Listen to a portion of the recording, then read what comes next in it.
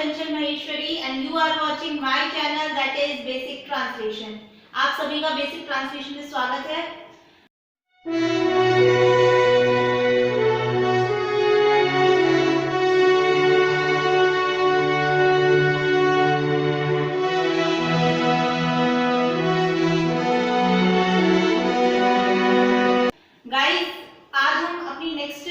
Next topic start करने जा रहे हैं और हमारा नेक्स्ट टॉपिक है सब्जेक्ट एंड प्रेडिकेट। इससे पहले वाली वीडियोस में हमने अपना एक टॉपिक क्लियर कर लिया है, that is this, that, these and those. But आज से हम अपना न्यू टॉपिक स्टार्ट करने जा रहे हैं, that is subject and predicate. Guys, अगर आपको वीडियोस पसंद आ रही हैं सो प्लीज वीडियोस को लाइक कीजिए, चैनल को सब्सक्राइब कीजिए ताकि आपको सारी नोटिफिकेशंस मिल सके और अपने फ्रेंड्स एंड रिलेटिव्स के साथ शेयर कीजिए। And please keep learning. Okay, so now here let's start. Guys देखिए, आज का हमारा टॉपिक है सब्जेक्ट एंड प्रेडिकेट। अगर सब्जेक्ट को समझने के लिए बहुत सारे पॉइंट्स होते हैं, वो सारे पॉइंट्स मैंने लिखे हुए हैं, वन बाय वन हम इन्हें समझेंगे। फर्स्ट पॉइंट है सब्जेक्ट। सब्जेक्ट क्या होता है? सबसे पहले अगर मैं आपको बताऊं सब्जेक्ट क्या होता है तो लिखा हुआ है about whom something is to be said। About whom something is to be said मतलब जिसके बारे में कुछ भी कहा जाए। देखिए, एक सेंटेंस में जिस भी चीज के बारे में कुछ भी कहा जाता है वो सब्जेक्ट होता है। किसी भी सेंटेंस में जिस भी चीज के बारे में कुछ भी कहा जाता है वो क्या होता है? सब्जेक्ट होता है। जैसे कि हमने एक एग्जाम्पल लिया that the red fort is in Delhi. ये एग्जाम्पल है हमारा कि भाई रेड फोर्ट कहाँ है, लाल किला कहाँ पर है, लाल किला दिल्ली में है। Red fort means Lal Qila कहाँ है, लाल किला दिल्ली में है। तो इस सेंटेंस में हम किसके बारे में बात कर रहे हैं? इस सेंटेंस में हम बात कर रहे हैं रेड फोर्ट के बारे में। किसके बारे में? रेड फोर्ट के बारे में। तो इसमें रेड फोर्ट क्या हो गया? हमारा सब्जेक्ट हो गया। रेड फोर्ट क्या हो गया? सब्जेक्ट हो गया। I hope first point clear हो गया होगा। जिसके बारे में कुछ भी कहा जाए, यहाँ पे हम किसके बारे में बात कर रहे हैं? रेड फोर्ट के बारे में। तो रेड फोर्ट हमारा क्या हो गया? सब्जेक्ट हो गया। क्लियर है इतना? नेक्स्ट पॉइंट पे बढ़ते हैं। नेक्स्ट पॉइंट क्या है? It gives the answer of what and who.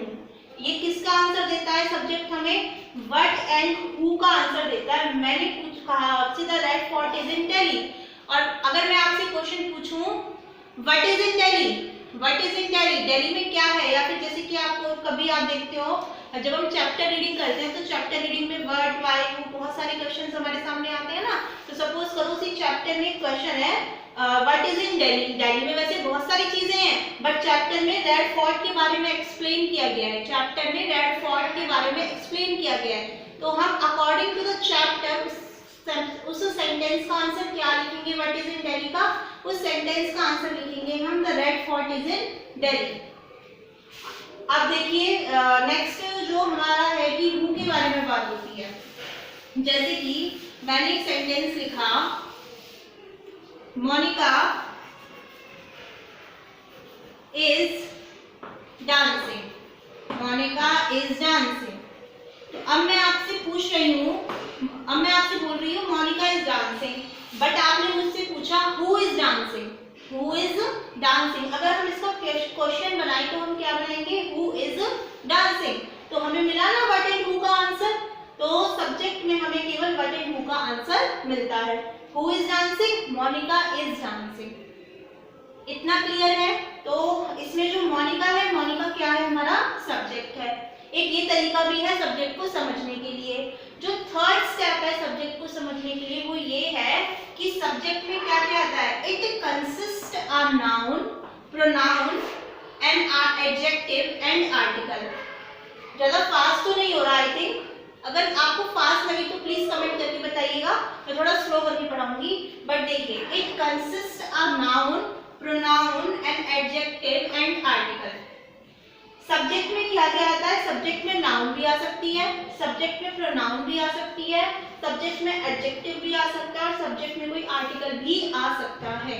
अगर ये सब चीजें आए तो वो भी क्या होता है? एक सब्जेक्ट माना जाता है। फॉर एग्जाम्पल गाइस, देखिए मैंने यहाँ पे एग्जाम्पल लिखा है a beautiful girl is walking slowly, एक सुंदर लड़की धीरे धीरे चल रही है। तो अब इसमें क्या है, देखिए इसमें अ ब्यूटीफुल गर्ल है, ए इसमें आर्टिकल है, ब्यूटीफुल इसमें एडजेक्टिव है और गर्ल इसमें नाउन है। ए इसमें आर्टिकल है, ब्यूटीफुल इसमें एडजेक्टिव और गर्ल इसमें नाउन है। तो तीनों वर्ड को मतलब तीनों पार्ट्स ऑफ स्पीच को कंसिस्ट करके हमने क्या बना दिया, ये एक सब्जेक्ट बना दिया। तो इसमें कई लोगों को है, कई स्टूडेंट्स को प्रॉब्लम होती है कि सब्जेक्ट क्या है। वो सोचते हैं कि किसी भी सेंटेंस का पहला वर्ड सब्जेक्ट होता है, बट ऐसा नहीं होता। जैसे कि अगर जिसको सब्जेक्ट के बारे में नॉलेज नहीं है, उससे कई बच्चे ऐसा सोचते हैं कि किसी भी सेंटेंस का फर्स्ट वर्ड सब्जेक्ट होता है, तो वो ए पे ऐसे अंडरलाइन कर देते हैं सब्जेक्ट में, या फिर गर्ल पे अंडरलाइन कर देंगे। बट ये प्रॉब्लम होती है, पूरा नहीं पता होता। ए से लेकर के और गर्ल तक पूरा क्या है, हमारा सब्जेक्ट है। क्या है, हमारा सब्जेक्ट है। Is it clear? मुझे लग रहा है कि आपको इतना क्लियर हो गया होगा। इससे हम थोड़ा सा आगे बढ़ते हैं। ओके गाइस, अभी तक हमने ये समझा था दैट व्हाट इज सब्जेक्ट। जितने भी मैंने पॉइंट्स लिखवाए थे आप उसे अपनी नोटबुक पे नोट कर लीजिएगा। अब आगे बढ़ते हैं। आगे है what is predicate. What is predicate? अच्छा, सब्जेक्ट को हिंदी में बोलते हैं उद्देश्य और प्रेडिकेट को हिंदी में बोलते हैं विधेय। विधेय, ऐसे विधेय। सब्जेक्ट को उद्देश्य बोलते हैं, ऐसे लिखते हैं, कुछ इस टाइप से ही लिखते हैं, उद्देश्य। ठीक है, तो प्रेडिकेट होता है हमारा विधेय। अब ये क्या होता है? सब्जेक्ट तो होता है जिसके बारे में बात की जा रही है। अब सब्जेक्ट के बारे में जो भी कुछ कहा जाता है, what is said about the subject, subject के बारे में जो भी कुछ सेंटेंस में बताया जा रहा है, वो सब क्या होता है, हमारा प्रेडिकेट होता है। सपोज राधा वॉक्स स्लोली। अब इस सेंटेंस में आपको इतना मैंने समझाया तो आपको पता चल जाना चाहिए दैट व्हाट इज सब्जेक्ट। किसके बारे में बात हो रही है इस सेंटेंस में? राधा के बारे में। तो राधा क्या है? Radha is subject. Radha is subject. अब राधा सब्जेक्ट है, राधा के बारे में बात क्या कर रहे हैं हम? राधा के बारे में तो बात कर रहे हैं, बट उसके बारे में हम कह क्या रहे हैं? हम ये कह रहे हैं कि राधा वॉक्स स्लोली। राधा कैसे चलती है? धीरे चलती है। तो that is predicate. This is predicate. ये क्या है? हमारा प्रेडिकेट है। ओके, किसी भी सेंटेंस के किसी भी सब्जेक्ट के बारे में जो भी कुछ कहा जा रहा है वो हमारा क्या होता है? प्रेडिकेट होता है। अच्छा, उसमें एक चीज और लगी थी सब्जेक्ट में ही कि मैंने उसमें बताया था ना आपको कि प्रोनाउन अगर आ जाए, प्रोनाउन मतलब कि अगर कोई ऐसे वर्ड आ जाए, ही, शी, इट, एनी नेम, या फिर एनी नेम मीन्स वही किसी का नेम, आई, वी, यू, दे, ये सारे प्रोनाउन होते हैं।